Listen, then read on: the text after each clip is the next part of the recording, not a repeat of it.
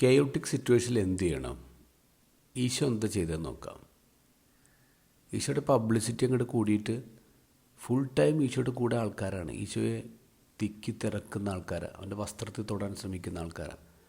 അതുകൊണ്ടാണ് ഇന്നലത്തെ ഗോസ്പലിൽ നമ്മൾ കണ്ടത് ഈശോയ്ക്ക് ഒരു വഞ്ചി എടുത്തിട്ട് നീക്കിയിടേണ്ടി വന്നു, ജനങ്ങളിൽ നിന്ന് അകലം പാലിക്കേണ്ടി വന്നു. കാരണം ഒരു വൺ ടൈം സെറ്റിൽമെൻറ്റിന് വരുന്ന ആൾക്കാരാണ്. ഈശോനെ വെറുതെ ഒരു വണ്ടർ മേക്കറായിട്ട് കാണുന്ന ആൾക്കാരാണ്. അപ്പോൾ ഒരു സ്ഥലത്ത് ഔട്ട് ഓഫ് കൺട്രോൾ ഫെയിമിലാണ് ഈശോ, മറ്റേ സൈഡിൽ ഔട്ട് ഓഫ് കൺട്രോൾ ഓപ്പോസിഷനാണ്. ഫരിസേരും കൂട്ടിന് ഫുൾ ടൈം ക്യാമറയും കൊണ്ട് പുറകടക്കുക, ചോദ്യങ്ങളായിട്ട് പുറകടക്കുക. എന്തിനാ? ഈശോനെ ട്രാപ്പ് ചെയ്യാൻ.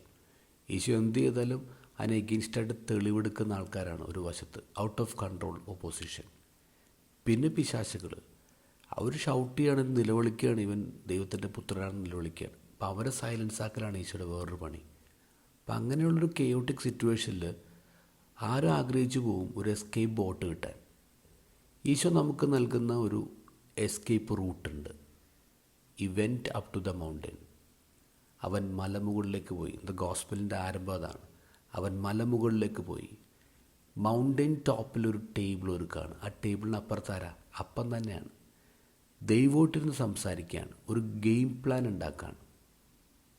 ഒറ്റക്ക് പോയാൽ പോരാ, ഒരു ടീം ഉണ്ടാവണം. ആ ടീമിൽ എത്ര പേര് വേണം, അത് ആരൊക്കെ ആയിരിക്കണം, അവർക്ക് എന്തൊക്കെ പവേഴ്സ് കൊടുക്കണം. അപ്പോൾ ഈശോ പ്രോബ്ലം വന്നപ്പോൾ, കെയോട്ടിക് സിറ്റുവേഷൻ വന്നപ്പോൾ ഒറ്റക്ക് സോൾവ് ചെയ്ത ആളല്ല. ഈശോ കൺസൾട്ട് ചെയ്തു. മൗണ്ടൻ ടോപ്പിലൊരു ടേബിളിട്ട് കൺസൾട്ട് ചെയ്തു. ലൈഫിൽ പ്രോബ്ലംസ് വരും, കെയോട്ടിക് സിറ്റുവേഷൻസ് വരും. നമ്മളപ്പോൾ ഒരു എസ്കേപ്പ് ബോട്ട് എടുത്ത് വിടുകയല്ല വേണ്ടത്. ഈശോയുടെ ഒരു എസ്കേപ്പ് റൂട്ട് ഉണ്ടല്ലോ, മൗണ്ടൻ ടോപ്പ് ടേബിൾ. അവിടെയുണ്ട് നമുക്ക് മുന്നോട്ട് പോകാനുള്ള എല്ലാ ഗെയിം പ്ലാനും.